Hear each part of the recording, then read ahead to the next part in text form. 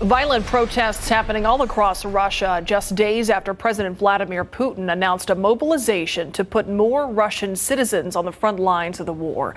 Putin's decision to mandate the enlistment of around 300,000 Russian citizens into the reserve military has people across Russia fleeing the country.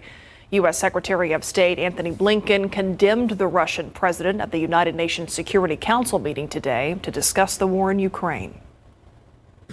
That President Putin picked this week, as most of the world gathers at the United Nations, to add fuel to the fire that he started, shows his utter contempt for the UN Charter, for the General Assembly, and for this Council.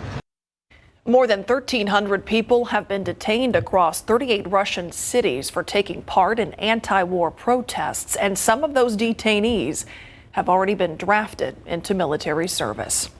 Closely following what's happening in his home country of Ukraine is a scientist who's been working here for over a decade. He still has family and friends there, some of them fighting right on the front lines. He tells our Jesse Degollado that it's obvious to him that President Putin did not have a plan B. Russia's recent defeats at the hands of Ukrainian forces reclaiming previously occupied territories should come as no surprise, says a Ukrainian-born scientist in San Antonio. The people who fight for their independence for centuries against Russia, we fight for 400 years. Yet now, he says Ukraine has made the most of the weapons it's been given by the U.S.